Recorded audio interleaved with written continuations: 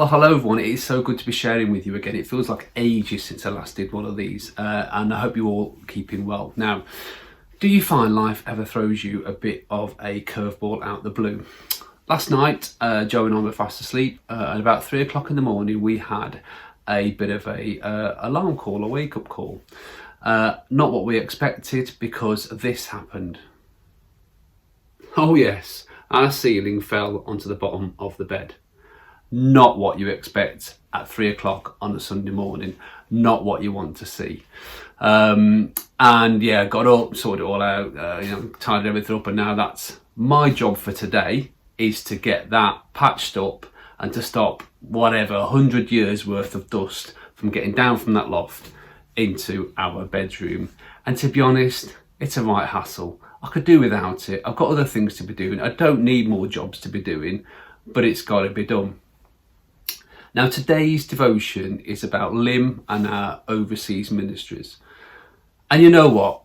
Thinking about that, thinking about what needs to be done, puts that sort of thing into perspective. You know what?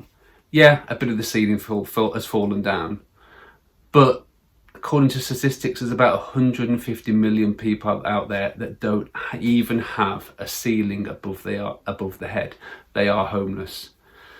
And it's a reminder how unbelievably blessed I am and I feel to have a home, to have a place I can call home, to spiritually be able to worship freely. Those sort of things don't happen to many, many millions of people around the world. Now, most of you may know, some of you may not, that the Lighthouse has a charity that we are very closely linked to that's birthed out of the church called LIM, L-I-M. And we have for over 30 years done a lot of work in particularly India, Africa and Romania, in working with people who have severe needs. You can find out more if you go to LIM, LIM UK, limuk.org. You can see a lot more on there. And today's really to speak about that.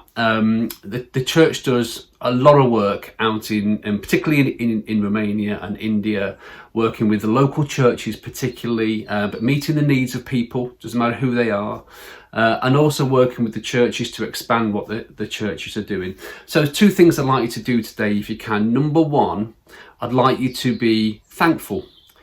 To be thankful for what you've got, for the blessings that you have in terms of physical, what we have in this country, but also spiritually, what we have. You know, we're part of an active church, but also we are able to worship freely together. So number 1, be thankful. And number 2, what I'd like you to do, if you could, is just go onto the internet, go onto the website, limuk.org,